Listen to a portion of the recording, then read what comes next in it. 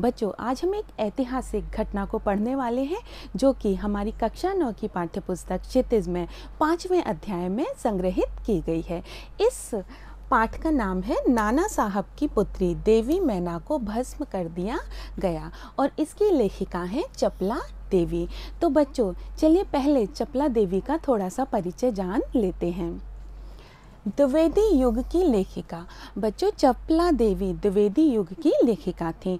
बच्चों, हिंदी गद्य का जो इतिहास है उसमें पहले भारतेंदु युग आता है और भारतेंदु युग के पश्चात द्विवेदी युग आता है। द्विवेदी युग की समय सीमा सन 1900 से 1922 तक मानी जाती है। तो आपको याद रखना है कि चपला देवी द्विवेदी युग की लेखिका थी जो कि सन 1900 से 1922 तक माना जाता है। चपला देवी के व्यक्तित्व एवं कृतित्व के बारे में जानकारी उपलब्ध नहीं हो पाई। उनका व्यक्तित्व कैसा था, वे कैसी दिखती थी, और कृतित्व यानी कि उन्होंने कौन कौन सी रचनाएं लिखी थी, इनके बारे में जानकारी उपलब्ध नहीं हो पाई है। इसका कारण यह रहा है बच्चों कि उस समय एक तो महिलाएं लेखन कार्य बहुत कम करती थी, दूसरे क्योंकि हमारे देश पर अंग्रेज़ों का राज था, तो अगर कोई भी व्यक्ति अंग्रेज़ों के बारे में कुछ भी लिखता था या अंग्रेज़ों के विरुद्ध कुछ भी लिखता था तो उसे अपनी पहचान छुपानी पड़ती थी। अगर वह ऐसा नहीं करता तो उस स्थिति में उसे बहुत ज़्यादा कष्ट पाने पड़ते थे। अंग्रेज़ अपना पूरा ध्यान उसको दमन करने पर लगा देते। इसलिए चपला देवी के व्यक्तित्व और उनके कृतित्व यानी कि उनकी रचनाओं को, उन्होंने जो जो लिखा है उसके बारे में बहुत ज़्यादा जानकारी उपलब्ध नहीं है। स्वतंत्रता आंदोलन के दौरान पुरुष लेखकों के साथ साथ अनेक महिलाओं ने भी अपने अपने लेखन से आज़ादी के आंदोलन को गति दी। उस समय केवल पुरुष ही नहीं, महिलाएं भी कंधे से कंधा मिला करके आज़ादी के आंदोलन को गति दे रही थीं। आपने सुभद्रा कुमारी चौहान का नाम तो सुना ही होगा, जिन्होंने झांसी की रानी नाम की कविता लिखी है। वह कविता उस समय हर बच्चे के मुंह पर थी, हर बच्चे को मुंह जवानी वह कविता याद थी। तो इस तरह हम देखते हैं केवल पुरुष लेखकों ने ही नहीं, महिला लेखकों ने भी जो हमारा स्वतंत्रता आंदोलन है उसमें काफ़ी योगदान दिया था। उनमें से एक लेखिका चपला देवी भी रही हैं। कई बार अनेक रचनाकार इतिहास में दर्ज होने से रह जाते हैं।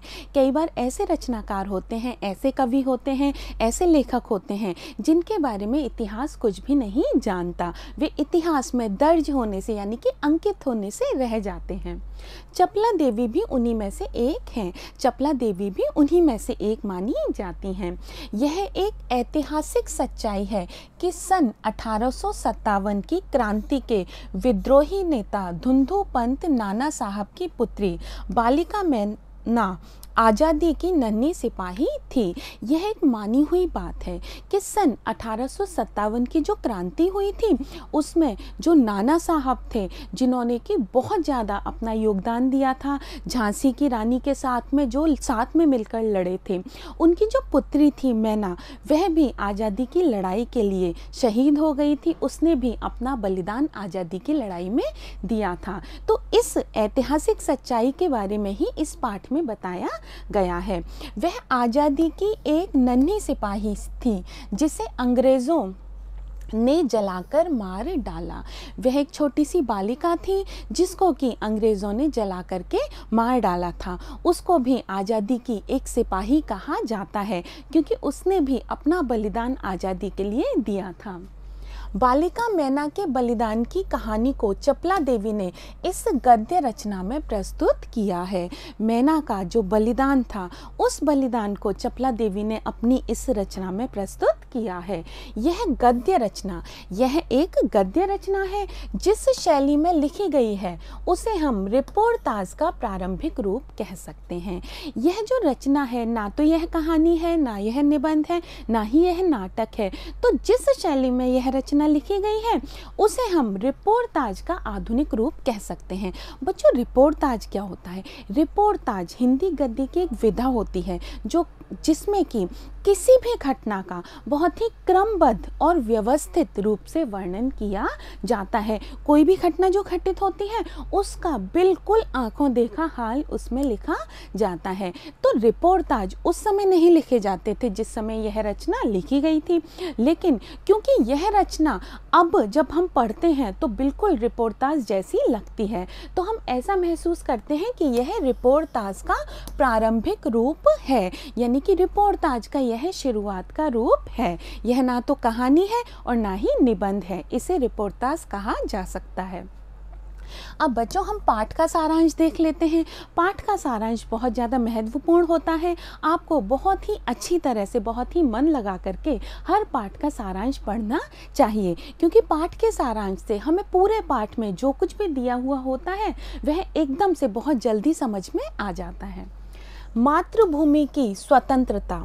मातृभूमि, अपनी माता, अपनी भूमि, अपना देश, अपनी मातृभूमि की स्वतंत्रता के लिए, अपनी मातृभूमि को आज़ाद कराने के लिए और उसकी रक्षा के लिए जिन्होंने अपने प्राण न्यौछावर कर दिए, जिन्होंने अपनी जान की बाजी लगा दी, जिन्होंने अपनी जान अपने देश की रक्षा के लिए न्यौछावर कर दी, उनके जीवन का उत्कर्ष, उत्कर्ष होता है ऊपर उठना, महान होना, उनके जीवन का जो उत्कर्ष है वह हमारे लिए गौरव और सम्मान की बात है। वह हमारे लिए बहुत ही गर्व की और सम्मान की बात है। हमें यह सोचना चाहिए कि किस प्रकार से आज जिस आज़ादी का हम भोग कर रहे हैं, जिस आज़ादी को हम पा रहे हैं, जिस आज़ादी की सांस हम ले रहे हैं, उसके लिए लोगों ने अपना जीवन भी न्यौछावर कर दिया। तो उन लोगों को सम्मान देना भी तो हमारे लिए गौरव की बात है। उस गौरवशाली किंतु विस्मृत, विस्मृत का अर्थ होता है भूली हुई, वह गौरवशाली किंतु विस्मृत परंपरा से किशोर पीढ़ी को परिचित कराने के उद्देश्य से इस रचना को हिंदू पंच के बलिदान अंग से लिया गया है। वह जो हमारी परंपरा थी, जबकि हमने अपने देश के लिए प्राण न्यौछावर किए थे, हमारे पूर्वजों ने अपने देश के लिए प्राणों की बाजी लगा दी थी, उस गौरवशाली परंपरा से हम अपने आज के बच्चों को परिचित कराना चाहते हैं। हमारी जो किशोर पीढ़ी है, जो कि कक्षा 9 में पढ़ रही है, उस किशोर पीढ़ी को हम बताना चाहते हैं कि बच्चों, तुम्हारे जैसे ही कुछ बच्चे थे जिन्होंने की स्वतंत्रता प्राप्ति के लिए बहुत संघर्ष किया, उन्होंने स्वतंत्रता को प्राप्त करने के लिए अपने जान की बाजी लगा दी। तो बच्चों, यह जो रचना है यह हिंदू पंच के बलिदान अंक से ली गई है। हिंदू पंच एक पत्रिका थी और उसमें एक बलिदान अंक प्रकाशित हुआ था सन 1930 में। उस बलिदान अंक में यह रचना प्रकाशित हुई थी और उस बलिदान अंक को सब लोगों ने पढ़ा था और उन्हें पता चला था कि कैसे मैना नाम की एक बच्ची थी जिसने कि इस स्वतंत्रता के आंदोलन में संघर्ष किया था, अपना बलिदान दिया था। तो उसको हमने कक्षा 9 की पाठ्य पुस्तक में संग्रहित किया है, संकलित किया है। किस लिए संकलित किया है? क्योंकि हम अपनी आज की पीढ़ी को इस घटना के विषय में बताना चाहते हैं। हमारे जो किशोर बच्चे हैं उन्हें हम यह बताना चाहते हैं। हिंदी गद्य के प्रारंभिक रूप को विद्यार्थी जान पाएं। हिंदी गद्य का जो प्रारंभिक रूप था, हिंदी गद्य प्रारंभ में किस प्रकार से लिखा जाता था, इस रूप को हमारे अभी के बच्चे जान पाएं। इसके लिए इस गद्य रचना को मुद्रण और वर्तनी से बिना किसी परिवर्तन के अविकल प्रस्तुत करने का प्रयास किया गया है। इसलिए यह रचना जिस प्रकार से पहले प्रकाशित हुई थी उसी प्रकार से हमने इसको इसमें लिया है, अपनी पाठ्यपुस्तक क्षितिज में संकलित किया है। इसमें कोई भी वर्तनी की जो गलती है उसको सुधारा नहीं गया है, ना ही इसमें और कोई परिवर्तन किया गया है। भाषा और वर्तनी वैसी की वैसी रखी गई है जिससे कि बच्चों को समझ में आए कि उस समय जो हिंदी गद्य लिखा जाता था वह किस प्रकार से लिखा जाता था। अविकल प्रस्तुत करने का प्रयास किया गया है। अब बच्चों हम पाठ पढ़ना आपका शुरू करते हैं। पाठ का शीर्षक यानी कि पाठ का नाम है नाना साहब की पुत्री देवी मैना को भस्म कर दिया गया। तो बच्चों नाना साहब का नाम तो आपने सुना ही होगा। आपने अगर सन 1857 की क्रांति के बारे में थोड़ा भी पढ़ा है तो आप नाना साहब को ज़रूर ही जानते होंगे। नाना साहब ने झांसी की रानी लक्ष्मीबाई के साथ में कंधे से कंधा मिला करके यह युद्ध लड़ा था। यह एक अलग बात है कि इस क्रांति का दमन कर दिया गया, इस क्रांति को दबा दिया गया। बहुत सारे ऐसे कारण हुए थे जिनके कारण कि यह क्रांति उस समय सफल नहीं हो पाई। बच्चों अगर यह क्रांति सफल हो जाती तो हमारा देश उस समय ही आज़ाद हो गया होता। सन 1857 में ही भारत को आज़ादी मिल गई होती, लेकिन इस क्रांति का दमन कर दिया गया और उसके बाद अंग्रेज सरकार बहुत ज़्यादा कठोर हो गई और उसके बाद भी बहुत ज़्यादा प्रयत्न करने पर हमें आज़ादी प्राप्त हुई। तो आज हम जो पाठ पढ़ने जा रहे हैं, नाना साहब की पुत्री देवी मैना को भस्म कर दिया गया। भस्म कर दिया गया यानी कि जला दिया गया।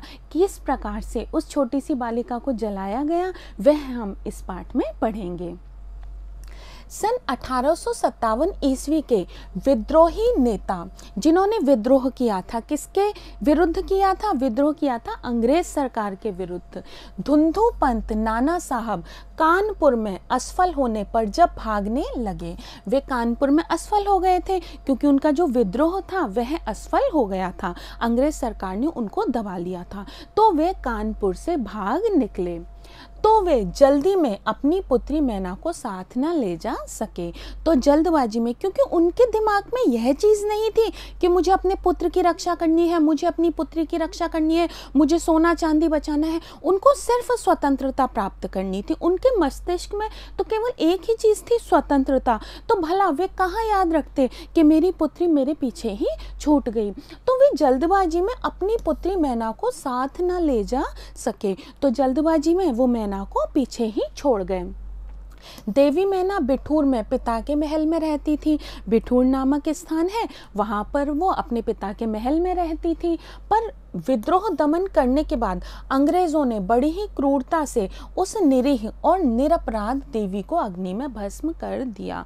लेकिन जब यह युद्ध समाप्त हो गया था या फिर इस विद्रोह का दमन हो गया था, तो उसके बाद में जो अंग्रेज सरकार है उसने इस निरपराध, जिसका कोई भी अपराध नहीं था, वह तो एक बालिका थी, उसका भला क्या अपराध था, लेकिन उस बालिका को भी उन्होंने अग्नि में भस्म कर दिया, यानी कि अग्नि में जला दिया था। उसका रोमांचकारी वर्णन पाषाण हृदय को भी एक बार द्रवीभूत कर सकता है।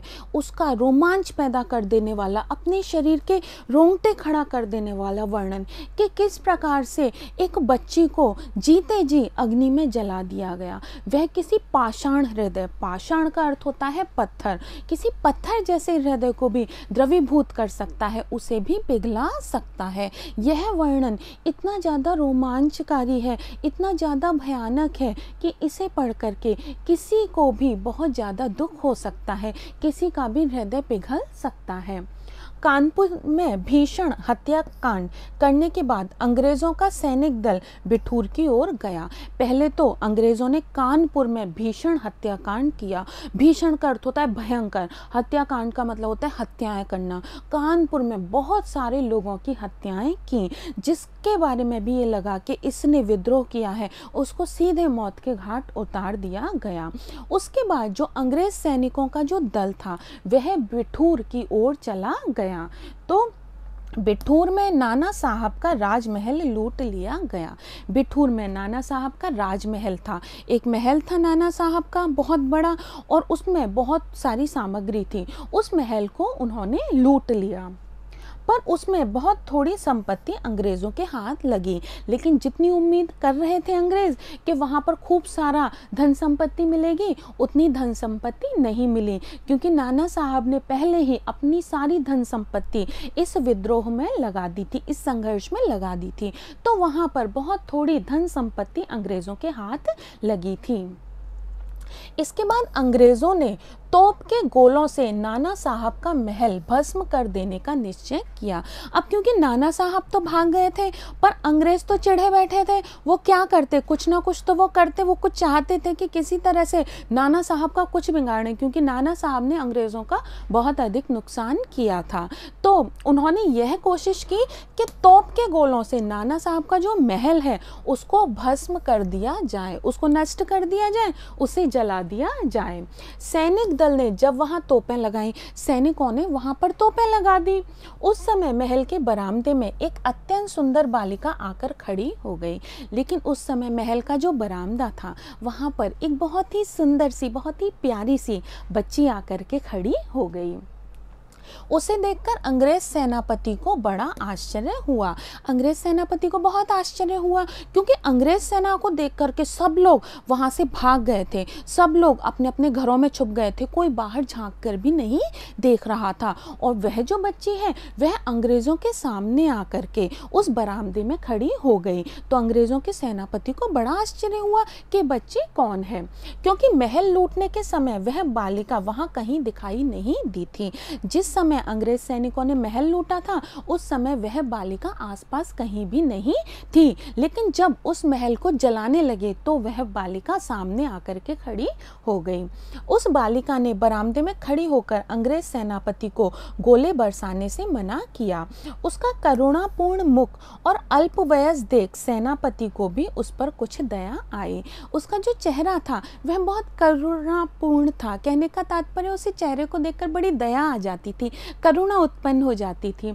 और उसकी अल्पवयस, अल्पवयस का अर्थ होता है छोटी आयु, उसकी उम्र बहुत ज़्यादा कम थी, वो बहुत छोटी आयु की थी। तो उसे देख करके जो सेनापति है थे वे बहुत ही अच्छे व्यक्ति थे, उन्हें भी दया आ गई।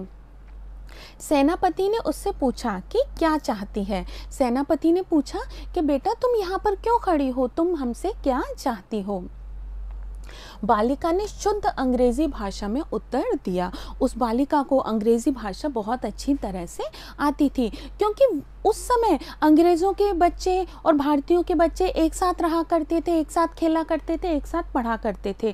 तो इस कारण से दूसरे, क्योंकि अंग्रेज़ सब स्थानों पर थे और अंग्रेज़ों ने अंग्रेज़ी शिक्षा पद्धति चलाई हुई थी, तो अंग्रेज़ी भाषा सब बच्चों को आती थी, अधिकतर बच्चे अंग्रेज़ी भाषा सीख जाते थे। तो उस बालिका ने शुद्ध अंग्रेजी भाषा में उत्तर दिया, क्या आप कृपा कर इस महल की रक्षा करेंगे? क्या आप कृपा करके इस महल की रक्षा कर लेंगे, इस महल को बचा लेंगे? सेनापति, क्यों, तुम्हारा इसमें क्या उद्देश्य है? सेनापति ने कहा, क्यों, तुम इस महल को क्यों बचाना चाहती हो? तुम्हारा इसमें क्या उद्देश्य है, तुम क्या चाहती हो? बालिका, आप ही बताइए कि यह मकान गिराने से आपका क्या उद्देश्य है? बालिका ने कहा, आप यह बताइए, अगर आप इस मकान को नष्ट कर देंगे तो उससे आपको क्या प्राप्त होगा? आपका कौन सा उद्देश्य उससे सिद्ध होगा? सेनापति, यह मकान विद्रोहियों के नेता नाना साहब का वास स्थान था, सरकार ने इसे विध्वंस कर देने की आज्ञा दी है। सेनापति ने कहा कि इस मकान में नाना साहब रहते थे और सरकार इस मकान को गिरा देना चाहती है, इस मकान को नष्ट कर देना चाहती है। बालिका, आपके विरुद्ध जिन्होंने शस्त्र उठाए थे वे दोषी हैं, पर इस जड़ पदार्थ मकान ने आपका क्या अपराध किया है? बालिका कहती है कि आपके विरुद्ध जिन्होंने शस्त्र उठाए थे, जिन्होंने आपके साथ विद्रोह किया था, वे तो दोषी हैं, उन्हें तो आप सजा दे सकते हो, लेकिन यह मकान तो जड़ है, यह तो निर्जीव है, भला इस मकान का इसमें क्या दोष है कि इस मकान को सजा दी जा रही है? मेरा उद्देश्य इतना ही है कि यह स्थान मुझे बहुत प्रिय है, इसी से मैं प्रार्थना करती हूँ कि इस मकान की रक्षा कीजिए। वह बालिका कहती है कि यह मकान मुझे बहुत प्यारा है, इसलिए मैं आपसे प्रार्थना कर रही हूँ कि इस मकान को छोड़ दीजिए, इसे नष्ट मत कीजिए।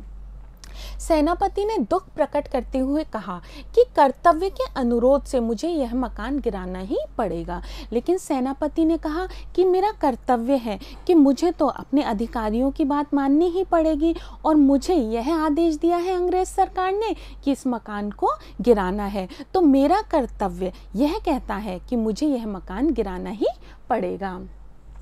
इस पर उस बालिका ने अपना परिचय बताते हुए कहा। इसके बाद उस बच्ची ने अपना परिचय बताया। मैं जानती हूँ कि आप जनरल हे हैं, कि मैं आपको जानती हूँ, आप जनरल हे हैं। आपकी प्यारी कन्या मेरे, मैं और मुझ में बहुत प्रेम संबंध था। आपकी जो बेटी थी मेरे और मुझ में बहुत ज़्यादा प्यार का संबंध था, यानी कि हम दोनों बहुत अच्छी सहेलियां थी, बहुत अच्छी मित्र थी। मैं आपकी पुत्री मेरी को जानती थी। कई वर्ष पूर्व मेरी मेरे पास बराबर आती थी। कई साल पहले मैरी जो थी वो मेरे पास बराबर आती थी और मुझे हृदय से चाहती थी। वह मुझे बहुत ज़्यादा प्रेम करती थी। उस समय आप भी हमारे यहाँ आते थे। उस समय जो जनरल हैं वे भी नाना साहब के यहाँ जाते थे, क्योंकि तब तक तो यह विद्रोह की कोई बात ही नहीं थी। तो नाना साहब के यहाँ जनरल हे जाते थे, जो नाना साहब थे वे उनके यहाँ जाते थे। इनके बच्चे भी आपस में मिलते जुलते थे। जिस समय तक कि यह 1857 की क्रांति नहीं हुई थी, उस समय जो अंग्रेज थे और जो भारतीय थे उनमें काफ़ी घुलना मिलना हो गया था और मुझे अपनी पुत्री के ही समान प्यार करते थे। तो वह बच्ची कहती है कि आप भी तो हमारे यहाँ पर आते थे, हमारे घर पर, और मुझे भी अपनी बेटी के जैसे ही प्यार करते थे। मालूम होता है आप वे सब बातें भूल गए हैं। मैरी की मृत्यु से मैं बहुत दुखी हुई थी। उसकी एक चिट्ठी मेरे पास अब तक है। तो वह बच्ची कहती है, शायद आप उन बातों को भूल गए हैं जब आप हमारे घर आया करते थे। मैरी से मैं बहुत प्यार करती थी। उसकी जब मृत्यु हुई, जनरल हे की जो पुत्री थी मैरी, उसकी मृत्यु हो चुकी थी। तो यह जो बालिका है मैना, यह कहती है कि मैरी की जब मृत्यु हुई थी तो मुझे बहुत ज़्यादा दुख हुआ था। उसकी एक चिट्ठी, उसका एक पत्र तो मैंने अभी तक संभाल करके अपने पास रखा हुआ है। यह सुनकर सेनापति के होश उड़ गए। यह सुनकर एकदम से वो चौंक पड़ा सेनापति, क्योंकि उसे उम्मीद नहीं थी कि यह बच्ची जो उसके सामने खड़ी है इतनी निडर होकर के बातें कर रही है, यह नाना साहब की पुत्री हो सकती है।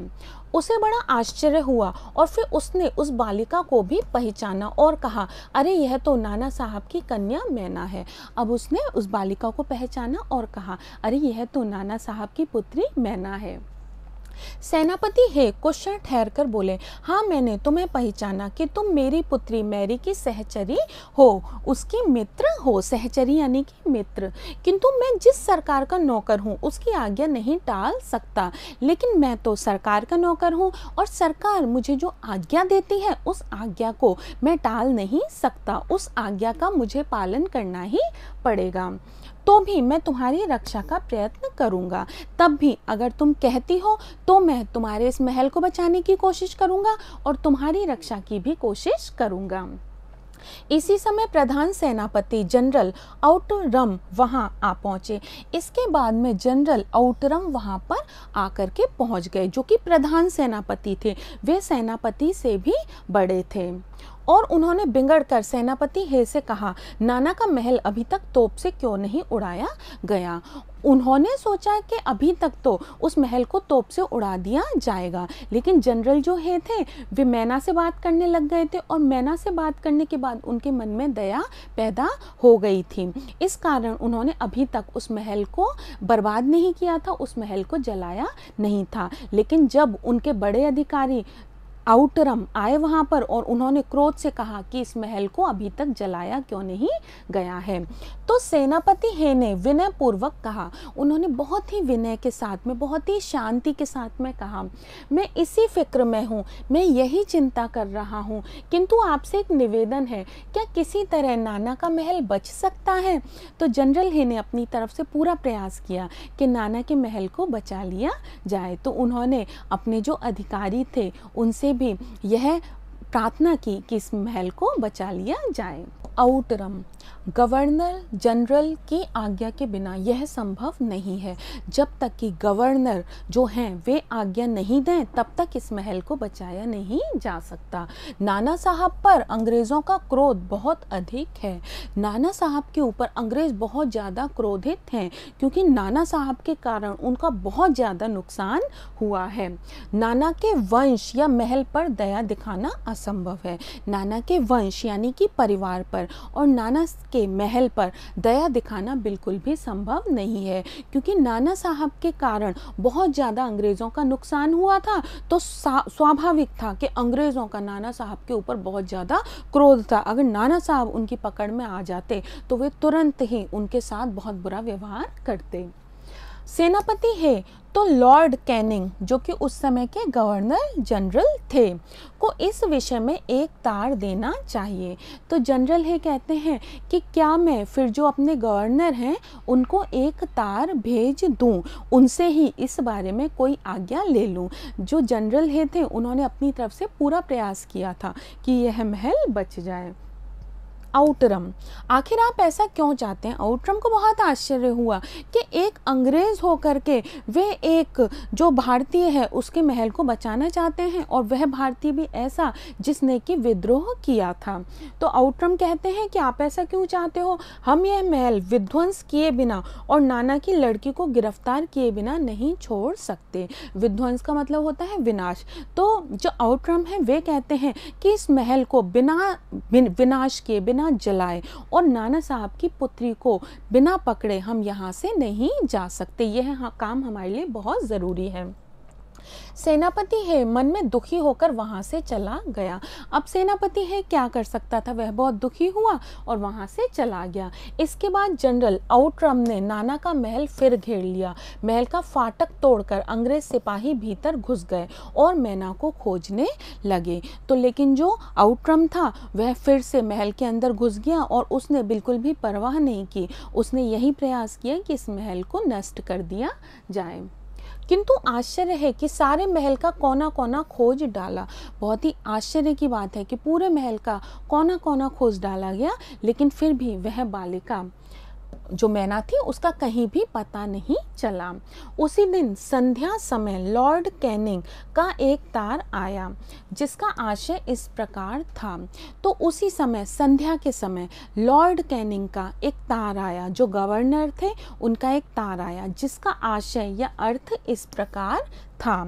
लंदन के मंत्रिमंडल का यह मत है कि नाना का स्मृति चिन्ह तक मिटा दिया जाए। वह जो तार था उसमें यह लिखा था कि लंदन में जो मंत्रिमंडल है, यानी कि वहाँ पर जो अंग्रेज सरकार है, उसका यह मत है कि नाना साहब का जो स्मृति चिन्ह है, जो यादगार भी है, उस तक को मिटा दिया जाए। नाना साहब से संबंधित किसी भी वस्तु को, किसी भी व्यक्ति को जीवित ना छोड़ा जाए, बिल्कुल नष्ट कर दिया जाए। इसलिए वहाँ की आज्ञा के विरुद्ध कुछ नहीं हो सकता। इसलिए जब तक वहाँ पर आज्ञा नहीं मिलती तब तक कुछ भी नहीं हो सकता। उसी क्षण क्रूर जनरल आउटरम की आज्ञा से नाना साहब के सुविशाल राज मंदिर पर तोप के गोले बरसने लगे। उसी समय जो आउटरम था उसने सैनिकों को आज्ञा दी और नाना साहब का जो महल था, विशाल महल था, उस पर तोप के गोले बरसने लगे। घंटे भर में वह महल मिट्टी में मिल गया। घंटे भर की ही बात थी और वह जो महल था, विशाल महल था, वह मिट्टी में मिल गया, वह मिट्टी का ढेर हो गया। उस समय लंदन के सुप्रसिद्ध टाइम्स पत्र में 6 सितंबर को यह एक लेख में लिखा गया। उसी समय की बात है, लंदन में एक समाचार पत्र में इस घटना के बारे में लिखा गया। अब देखते हैं इस घटना के बारे में उन्होंने किस तरह से लिखा। बड़े दुख का विषय है, बहुत ही दुख की बात है कि भारत सरकार आज तक उस दुर्दांत नाना साहब को नहीं पकड़ सकी। तो उन्होंने उसमें लिखा, उस समाचार पत्र में यह घटना जो लिखी गई उसमें लिखा कि बहुत ही दुख की बात है, वह जो दुर्दांत का अर्थ होता है दुष्ट। अब नाना साहब दुष्ट थे या नहीं यह तो अंग्रेज सरकार नहीं जान सकती थी, यह तो हम जानते हैं कि वे कैसे व्यक्ति थे। लेकिन यहाँ पर उन्हें दुर्दांत किसने माना है? अंग्रेज़ों ने। दुष्ट, जिसका दमन नहीं किया जा सकता, ऐसा व्यक्ति नाना साहब को नहीं पकड़ सकी कि बेचारी जो अंग्रेज़ सरकार है वह अभी तक नाना साहब को नहीं पकड़ सकी है, जिस पर समस्त अंग्रेज़ जाति का भीषण क्रोध है कि भारत सरकार आज तक उस दुर्दांत नाना साहब को नहीं पकड़ सकी। दुर्दांत का अर्थ होता है दुष्ट व्यक्ति, जिसका दमन नहीं किया जा सके। तो अंग्रेज सरकार के लिए नाना साहब बहुत ज़्यादा दुष्ट व्यक्ति थे। तो उस समाचार पत्र में यह लिखा गया कि उस दुष्ट नाना साहब को अभी तक पकड़ा नहीं जा सका, जिस पर समस्त अंग्रेज जाति का भीषण क्रोध है, जिस पर कि पूरी अंग्रेज जाति का भीषण यानी कि भयंकर क्रोध है, जिस पर पूरी अंग्रेज जाति बहुत ज़्यादा क्रोध रखती है। इसका कारण क्या था कि अंग्रेज जाति उन पर इतना क्रोध रखती थी? क्योंकि अंग्रेज़ों का बहुत ज़्यादा नुकसान उनके कारण हुआ था।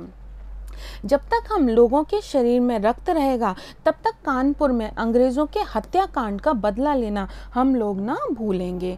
तो उसमें समाचार पत्र में यह लिखा गया कि जब तक हम लोगों के शरीर में रक्त रहेगा तब तक कानपुर में जो हत्याकांड हुआ, नाना साहब ने कानपुर में जो अंग्रेज़ों को मारा या अंग्रेज़ों के साथ युद्ध किया, उस हत्याकांड का बदला लेना हम नहीं भूलेंगे। कहने का तात्पर्य यह है कि नाना साहब के लिए उनके अंदर बहुत ज़्यादा क्रोध था। उस दिन पार्लियामेंट लिखा है, इसमें पार्लियामेंट होता है लेकिन यह उस समय की भाषा थी, तो उसके हिसाब से उस दिन पार्लियामेंट की हाउस ऑफ लॉर्ड्स सभा में सर टॉमस हे की एक रिपोर्ट पर बड़ी हंसी हुई। तो उस दिन पार्लियामेंट यानी कि संसद में, जो अंग्रेज़ों की संसद थी, उस संसद में हाउस ऑफ लॉर्ड्स संसद की एक सभा होती है जो कि ऊंचे स्तर की सभा होती है।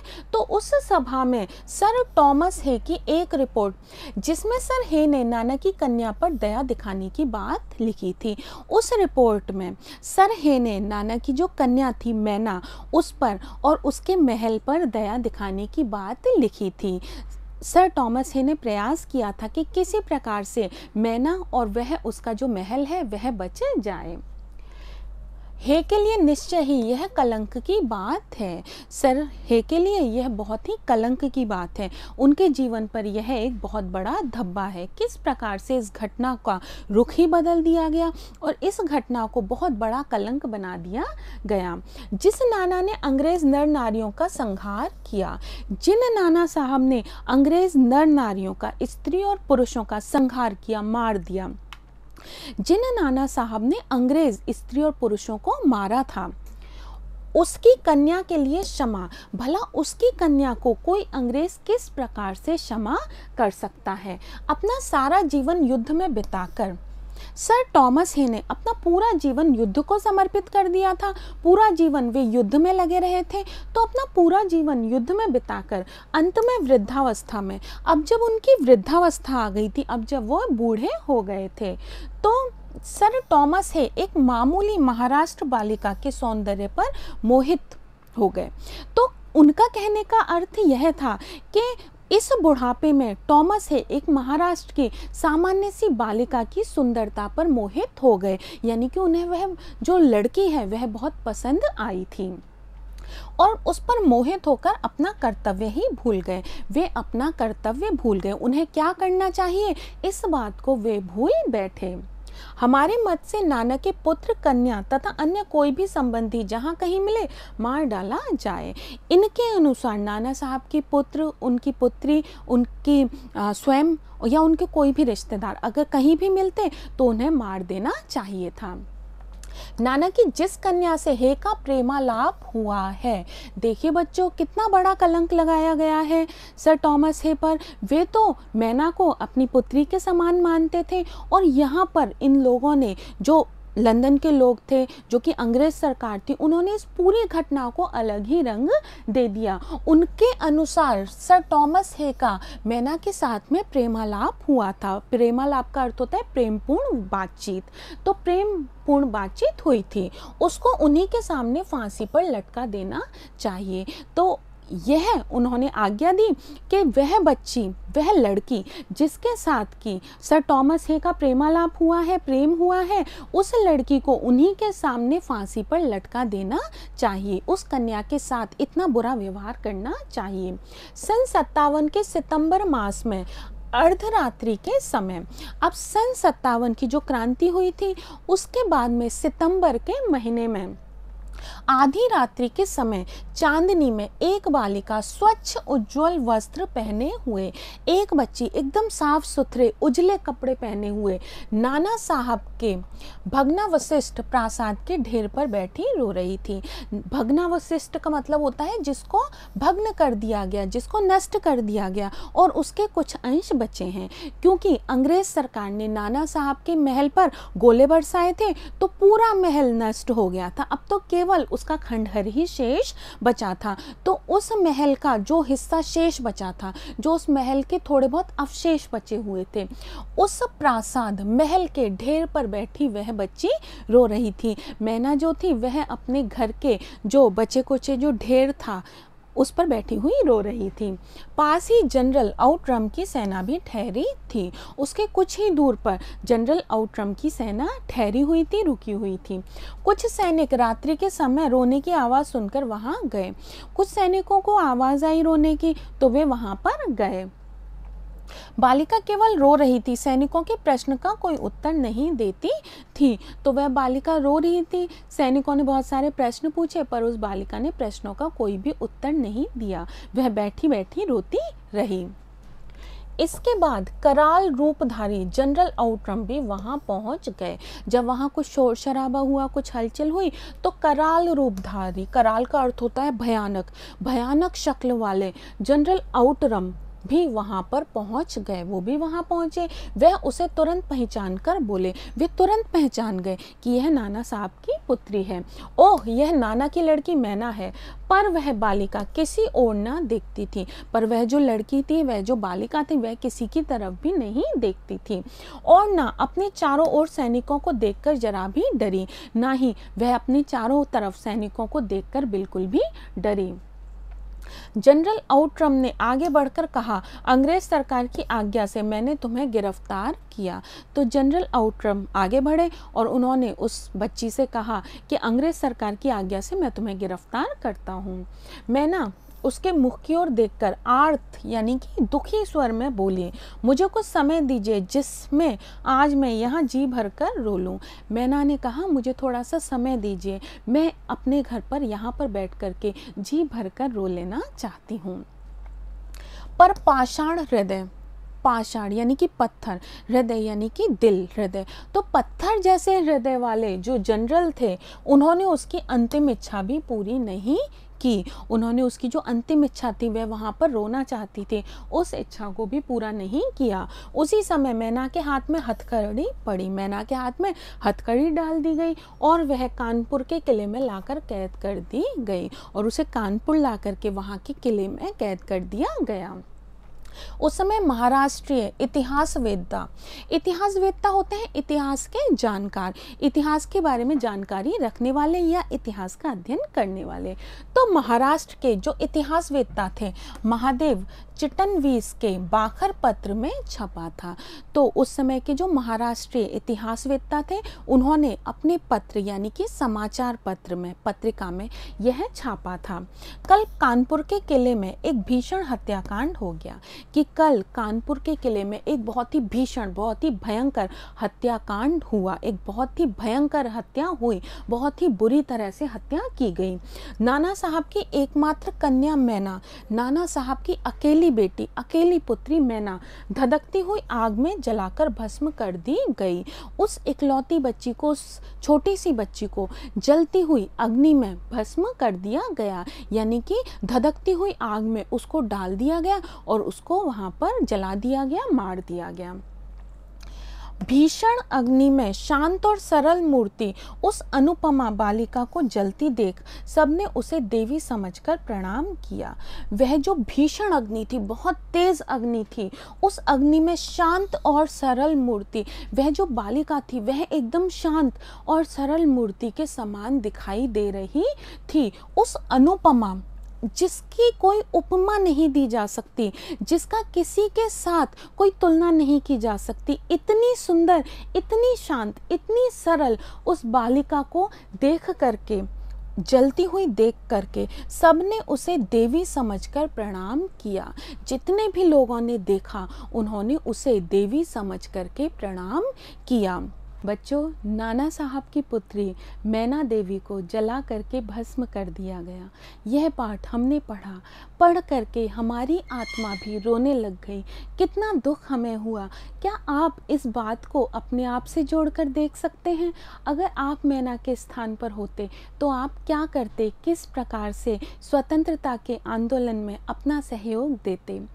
बच्चों, अब मैं आपसे मिलूंगी अगली कक्षा में और आपको इस पाठ के प्रश्नोत्तर कराऊंगी। नमस्कार।